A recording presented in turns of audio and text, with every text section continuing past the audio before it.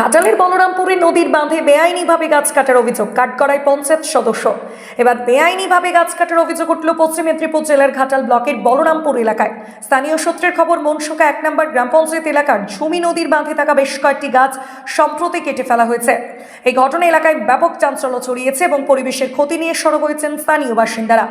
এলাকাবাসীর সরাসরি অভিযোগ, স্থানীয় পঞ্চায়েত সদস্য গঙ্গারাম কারকের মদতেই কোনো নিয়ম না মেনেই গাছগুলো কাটা হয়েছে। সাধারণ মানুষের দাবি, সরকারি নিয়মকে বুড়ো আঙুল দেখে একের পর এক গাছ কেটে পাচার করার চেষ্টা করা হচ্ছে। ঘটনায় অভিযুক্ত পঞ্চায়েত সদস্যের ভূমিকা নিয়ে প্রশ্ন তুলেছেন ক্ষুব্ধ গ্রামবাসীরা।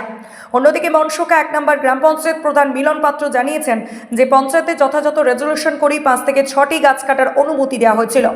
তবে অনুমতির অতিরিক্ত গাছ কাটা হয়েছে কিনা তা তিনি খতিয়ে দেখার আশ্বাস দিয়েছেন।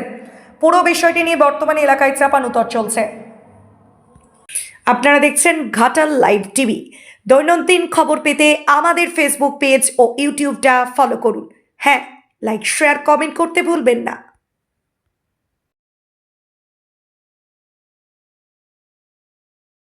যখন সকালের দিকে আসি দেখলাম লেবাররা এখানে গাছগুলোকে কাটছে।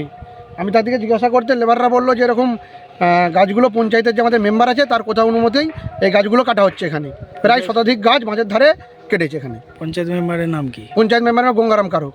উনি কোন দলের? আমি কোনো দলের নয়। উনি কোন দলের? উনি তৃণমূল কংগ্রেসের মেম্বার। ওনার মদতে কাটা হচ্ছে? ওনার মদতেই গাছগুলো কাটা হয়েছে, শতাধিক গাছ। কদিন ধরে কাটা হচ্ছে জানেন? আজকে সকাল দিকেই কাটা হচ্ছে এই গাছগুলো। গাছগুলি কি বয়ে নিয়ে যাওয়া হয়েছে? হ্যাঁ, বয়ে এখান থেকে, এখানে সারি সারি লাট ছিল, এখান থেকে সব গাছগুলো বয়ে নিয়ে চলে গেছে অনেক গাছ। এগুলো কি কিসের গাছ? এগুলো নদীর এগুলো সব নদীর ধারে ফরেস্টের গাছ, ইরিগেশনের লাগিয়েছিল। এগুলো কারো কি লক্ষ্য পড়েনি যখন কাটা হচ্ছে বা কিছু না কেউ কিছু বলে? এখানে উনি এমনভাবে সন্ত্রাস সৃষ্টি করেছেন, কেউ বলার সুযোগ থাকলেও কেউ ভয়ে বলতে পারছে না। গঙ্গারাম কারক? হ্যাঁ, গঙ্গারাম কারক এই গাছগুলি কেটেছে। আপনার নাম? আমার নাম প্রসেনজিৎ কারক। বেশ কয়েকটা বলতে বেশি নয়, 5-6টা গাছেরই অনুমতি আমরা একটা রেগুলেশন করে দিয়েছিলাম যে পঞ্চায়েতেরই উন্নয়নের জন্য একটু, ঠিক আছে, সেইভাবে দেওয়া হয়েছিল। খুব বেশি নয় তো। সরকারি? হ্যাঁ, সরকারি, আমাদের এই পঞ্চায়েতেরই লাগানো গাছ। 5-6টার থেকে বেশি কাটা হয়েছে কিন্তু রেখেছেন? কি জানি, তাহলে এবারে দেখতে যেতে হবে আমাকে।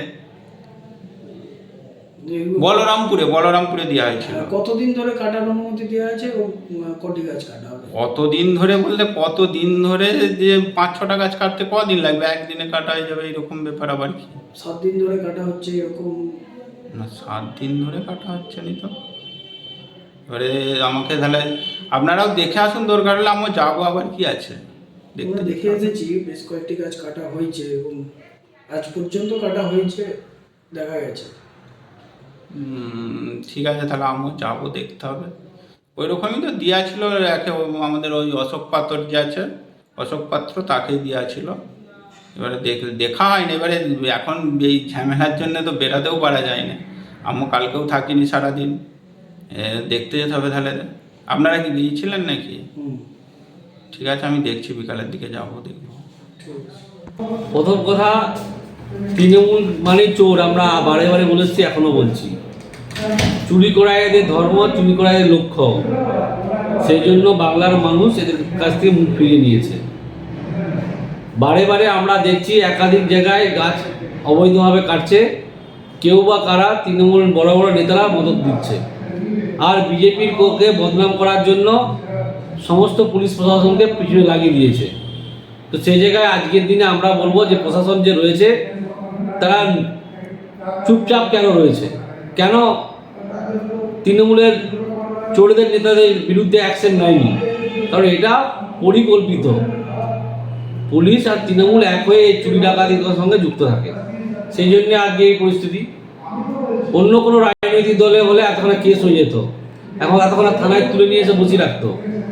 আজকের দিনে কি আপনি দেখতে পাচ্ছেন? এর আগেও তো অনেকগুলো গাছ কাটা নিয়ে আমরা কমপ্লেন করেছিলাম। কোনো তৃণমূল নেতাকে তুলে নিয়ে এসেছিল যারা গাছ কাটার সঙ্গে যুক্ত ছিল?